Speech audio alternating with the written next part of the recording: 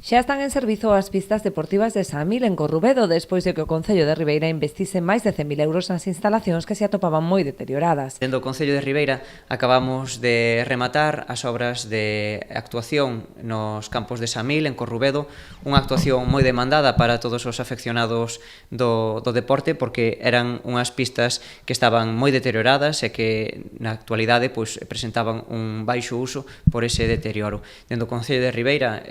viñemos de facer un investimento por máis de 100.000 euros, concretamente 102.000 euros, para poñer dúas pistas de tenis nesa área recreativa.